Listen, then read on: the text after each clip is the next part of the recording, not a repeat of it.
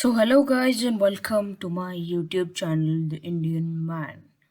In this channel, you would get to know about various unknown facts about India's history, culture, and various other things about India.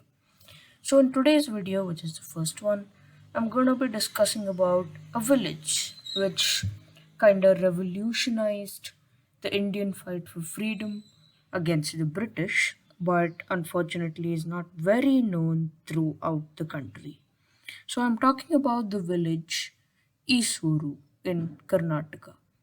Issuru is a small hamlet in the north of Karnataka, which is very well remembered by the Kannadigas, but is not very popular throughout the country. Issuru is known to be the village to have declared independence from the British for the first time. Now, when I say for the first time, I mean that even though there was British rule in the country, the Issuru village panchayat had declared themselves independent. Now, in the year 1942, the Issuru residents formed a Prati Sarkar or a provisional government and said that we do not want the dependence of the British. Such was the rebellion of the Issuru residents that now you find out. Now, when you read history, you find that in many places, British insulted Indians very badly by putting posters that Indians dogs not allowed. So, in the same way, in front of the village entrance of Isuru, the poster Britishers dogs not allowed was posted. So, such was the extent of rebellion in Isuru that they had severe hatred towards the British, and they even fined British officers who entered the village by disobeying their rules. So now Issuru is a region of mainly paddy fields and it's surrounded by hills. So if you just have a clear look at the village of Issuru, it wouldn't just strike you as a village which once headed a very important rebellion. So now decades have passed since the rebellion of the residents of Issuru, but unfortunately, as I keep telling you in this video, Issuru is not at all popular. So mainly the village headmen in North Karnataka are known as Sahukars, and these Sahukars were the people who led the anti-British rebellion in Isuru. And Sahukar Channa Basavenappa. Please remember this. Sahukar Basavenappa is the person who started the anti-British rebellion in Isuru. Now, a few media persons have interviewed various people of the Sahukar family who's still alive in Isuru, and these people are very overwhelmed and proud of their family to have uh, very actively participated in the freedom movement. So these people say that we know that our grandfather spearheaded the British rebellion, the anti-British rebellion, and we even declared independence to our village before it was declared throughout the country. Now let's go back to 1942. 1942 was the time when Gandhi ji launched the Quit India movement. And now a Veerabhadra Swami temple of Isuru, um, a temple of mainly very important for the residents. So a village panchayat meeting held in front of the Veerabhadra Swami temple, and the decision was taken in August 1942 that a Prati Sarkar or a provisional government will be formed in Isuru, which would not be dependent on the British. And Sahukar Basavenappa launched this agitation against the British in the very same temple. So here Sahukar Basavenappa had a very clever strategy as to what can he do to escape jail from the British. and even prevent the administrative division of the Prati Sarkar of Issuru from being jailed. So he very well knew that the British had a law that minors cannot be jailed. So he appointed a 16-year-old boy from his Sahukar clan and another boy from the Gowda clan as the sub-inspector and tahsildar of the village, respectively. Now, the rebellion in Issuru soon became a public movement. So, when British officers visited Issuru for regular surveys, tax collection, etc., they were publicly defied, the revenue documents were torn apart, and Britishers were even attacked. Now, even a few villagers of Isuru who left the village were also interviewed, and they described Isuru as a village which was a center of hot headed people. And they even mentioned the fact that English dogs, which is what they called Britishers, were not allowed into the village and would be seriously fined if they came into the village. Now, there was an agitation in Isuru, which is really important to note. So, the villagers of Isuru, once again, on a very fine day, uh, began tearing revenue records and hitting the British when they again tried to enter the village. So, the British too retaliated, and this led to a series of riots. So, young the young sub-inspector and the young tahsildar of Isuru village decided to calm the crowd down.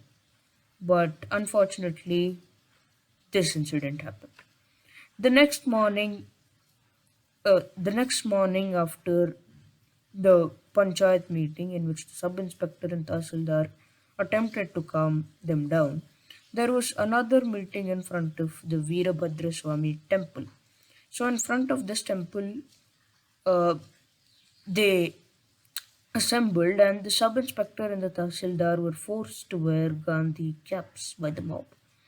So, when they refused to wear Gandhi caps, it led to severe agitation in front of the very temple. And when the sub inspector of the village saw a few gunshots in the air, the mob even more angered, and both the sub inspector and tahsildar were lynched at the very place.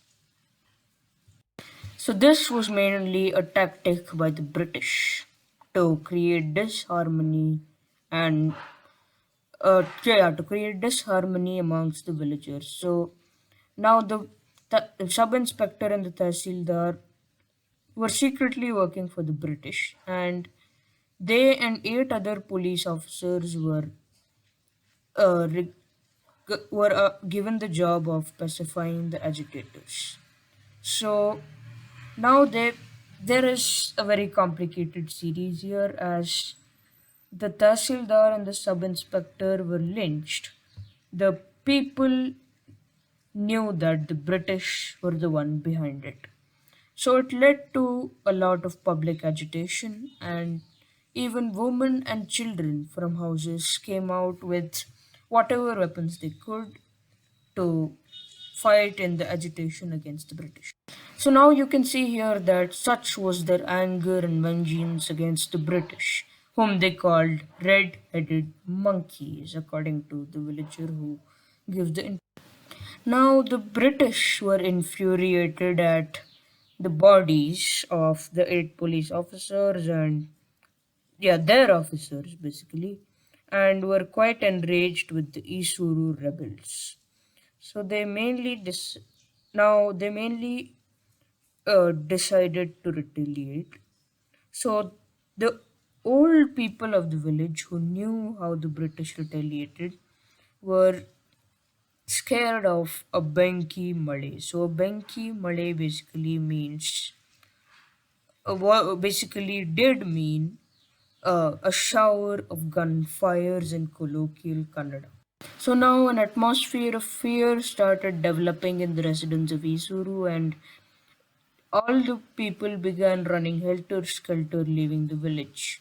and men left their homes permanently amongst their villagers and took their wife and children with them. So yeah, the distress of the Issuru residents came true. The British finally entered the village and caused severe problems to the villagers. Many people were taken to jail, brutally tortured, and sentenced for life imprisonment. Now, even today, you can find inscriptions in Isuru which tell you the people who had been sent to the gallows and the people who had fought bravely for Isuru and died in the due course, and the people who have even been sentenced to life imprisonment. So now, in the agitation of Isuru, the Wadayar king of that time, Maharaja Jayachamrajendra Wadayar, also played a big role. He clearly said to the British that we'll give you anything else but not Isuru. Now, a pivotal role was played by the Wadayar in the uh, agitation of Isuru, and he maintained the respect of the residents of Isuru, and he valued their a- rebellion for freedom.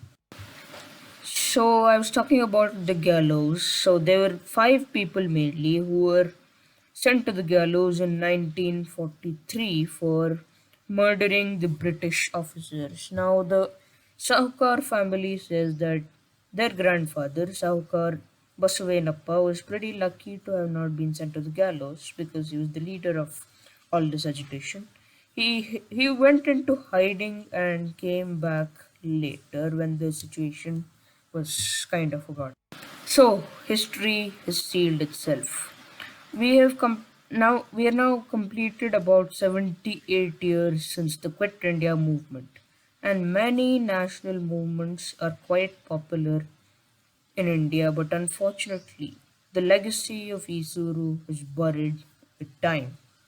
Now, if you like this video, give it a big fat thumbs up and share this video. Yes, this is very important. Share this video to as many people as possible, and to especially make kids watch this video so that they know about our freedom struggles, the importance of small movements like Isuru in our freedom. So subscribe to my channel Indian Man if you like this video, and if you like if you kinda like my content, then I have another channel called Good Life where I upload videos on other things. So explore that channel out and subscribe to that too. So I'll leave a link to one of my Good Life videos in the description, and you could just watch the other videos through that.